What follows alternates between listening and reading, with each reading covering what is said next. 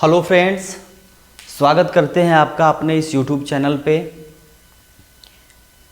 चक्रवृद्धि ब्याज से हम लोग सवाल कर रहे थे, पिछली वीडियो में हम लोगों ने किया भी। आज हमारा चक्रवृद्धि ब्याज का पार्ट 5 है। इसमें भी हम लोग चक्रवृद्धि ब्याज से ही सवाल करेंगे, लेकिन इसमें सवाल अलग होंगे, जैसे कि गुना गुनी वाले प्रश्न। कोई धन अपने आप का इतना गुना हो जाता है, इतना गुनी हो जाती है। चाहे कोई धन 10 वर्ष में 4 गुना तो कितने वर्ष में 20 गुना, कोई धन 4 वर्ष में 3 गुना तो 8 वर्ष में कितना गुना, इस टाइप के सवाल होंगे, देखेंगे आप। जैसे पहला सवाल मैंने लिया है, 7,000 रुपये की धनराशि चक्रवृद्धि ब्याज की दर से जमा करने पर 4 वर्ष में 2 गुनी हो जाती है, तो 12 वर्ष में वह राशि कितनी हो जाएगी। कोई राशि कितना 4 वर्ष में 2 गुना हो जाती है। 4 वर्ष में 2 गुना हो जाती है, मतलब अगर मैं बात करूं वह राशि की, जैसे मैं ये तो 7,000 दिया है, हम माने कि वह P है, मान लेते हैं कोई राशि क्या है P है, वो P से 4 वर्ष में 2 गुना हो जाती है। 4 वर्ष लगता है तो 2P हो जाती है। यहाँ तक ठीक है। कोई धनराशि है, 4 वर्ष लगता है 2P होने में। 2P मतलब अपने आप का 2 गुना, तो 12 वर्ष में वह कितना गुना होगी। इसका मतलब अगर फिर 12 वर्ष बाद की बात करें, 12 वर्ष में 4 वर्ष में इतना होती थी, 12 वर्ष में बोल रहा है कि वह राशि कितना गुनी हो जाएगी।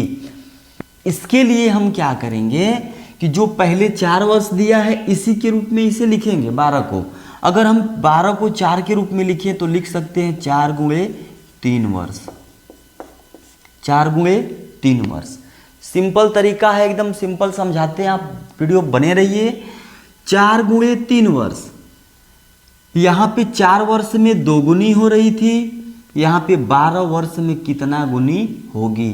4 में यहाँ 3 का मल्टीपल हुआ ना 12, तो जिसका मल्टीपल हुआ 4 में, ये 4 था, इसको हमने 4 के रूप में बनाया, जिसका गुणा 4 में किए इसी को इसके ऊपर क्यूब कर देंगे, यानी 3 का 2 के ऊपर 3 का क्यूब हो जाएगा P, यानी 2 दूनी 4 दूना 8P, यानी वह धन अपने आप का कितना गुना हो जाएगा, 8 गुना हो जाएगा। फिर समझिएगा, जब ऐसे सवाल आएंगे, कोई धन 4 वर्ष में 2 गुना हो रहा है, हमने लिखा P जो है 2P बन गया, कितने वर्ष में, 4 वर्ष में। फिर बोला 12 वर्ष बाद कितना गुना हो जाएगा, चाहे वह राशि कितनी हो जाएगी, तो पहले गुना निकालिए। 12 वर्ष की बात में बाद वो बात कर रहा है, तो 4 वर्ष को 12 वर्ष जाने में 4 तिहाई 12, 3 बार गुणा, जितनी बार मल्टीपल हुआ इस 4 में, इसी को इसके ऊपर रख देंगे। 3 हुआ, 2 को 3 के ऊपर रखा, 2 का क्यूब बन गया, और 2 का क्यूब मतलब 8 होता है, यानी वह धन P से 8P हो गया, मतलब कि 8 गुना हो गया। कितना गुना हो गया, 8 गुना। और 8 गुना का मतलब वह राशि पूछ रहा है कितनी हो जाएगी। पैसा कितना था हमारा 7,000, ये 8 गुना हो गया, 8 सते 56,000, यानी वो राशि कितनी हो जाएगी, 56,000 रुपये। अगले क्वेश्चन को देखिए, समझ में आएगा। 5,000 रुपये की धनराशि चक्रवृद्धि ब्याज की दर से जमा करने पर 5 वर्ष में 3 गुनी हो जाती है। समझिएगा, फिर राशि तो दिया है, इसी को हम मानेंगे क्या है, P है, माना हुआ राशि P है। अब लिखा है 5 वर्ष में 3 गुनी हो जाती है। समय कितना लगा 3 गुना होने में, 5 वर्ष। 5 वर्ष बाद ये कितना हो गई, अपने आप की 3 गुनी हो गई, 3P हो गई। तो 15 वर्ष बाद वह राशि कितनी हो जाएगी। फिर यहाँ लिखा है 15 वर्ष बाद। दोस्तों मैंने क्या बताया आपको, 15 वर्ष बाद पूछा, इसी के मल्टीपल के रूप में लिखे, यानी 5 गुणे 3 वर्ष।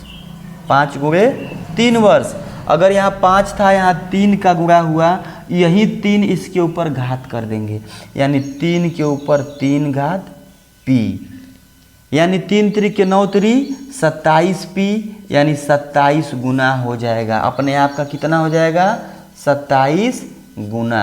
अगर गुना सिर्फ पूछेगा तो लिख देंगे 27 गुना हो जाएगा। पूछा है 15 साल बाद वह राशि कितनी हो जाएगी, तो 27 गुना होगी। पी कितना था 5000, 5000 क्या हो जाएगा 27 गुना हो जाएगा। 27 से गुणा करेंगे 0 0 0 5 7 35 को 5, 5 दूना 10 और 3 13,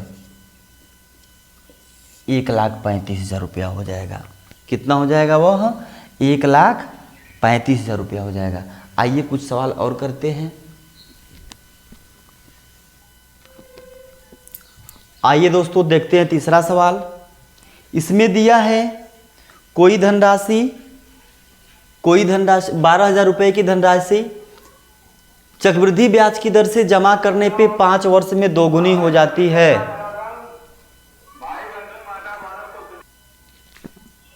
12,000 रुपये की धनराशि चक्रवृद्धि ब्याज की दर से जमा करने पे 5 वर्ष में दोगुनी हो जाती है। हम मानते हैं कि वह राशि P है।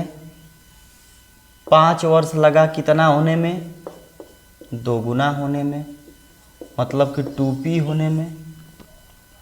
20 वर्ष बाद वह राशि कितनी हो जाएगी, फिर बोल रहा है कितने वर्ष बाद, 20 वर्ष बाद। हमने क्या बताया, 20 को इसके रूप में लिखिए, लिख सकते हैं 5 गुणे 4 वर्ष, 5 गुणे 4 वर्ष मतलब 4 गुना हुआ इसका, ये वर्ष में लगने में 20 आने में 4 गुना, जितना गुना लगा इसी का इसके ऊपर वर्ग कर दें, इसी का इसके ऊपर घात लिख देंगे। 2P है तो 2 पे 4P कर देंगे।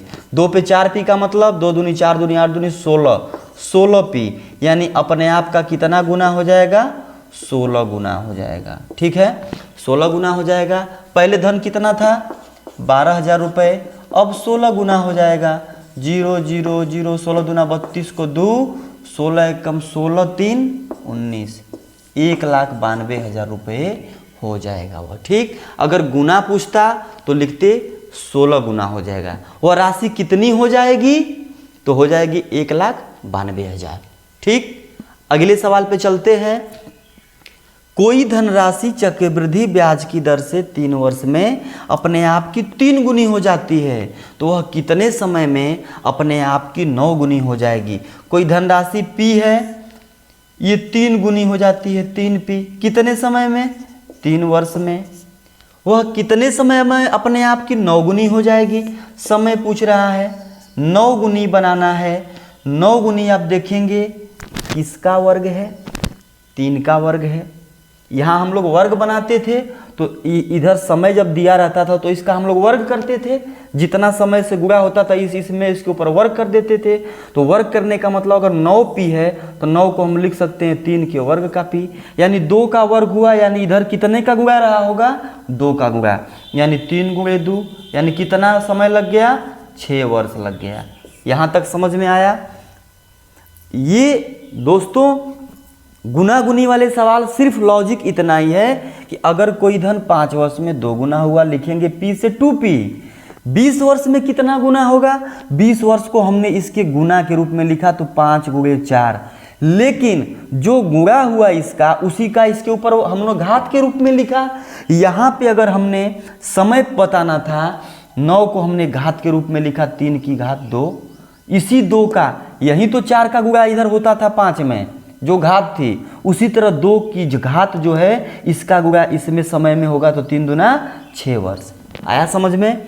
तो बस आज की वीडियो इतना ही, जिसमें हम लोग गुना गुनी से सवाल को हल करेंगे। चाहे कराया भी हमने, इस टाइप के सवाल और ज़्यादा कराने से कोई मतलब नहीं है। कुछ अलग टॉपिक लेके अब आएंगे अगले पार्ट्स में। तो आज के लिए इतना ही, तब तक के लिए जय हिंद दोस्तों।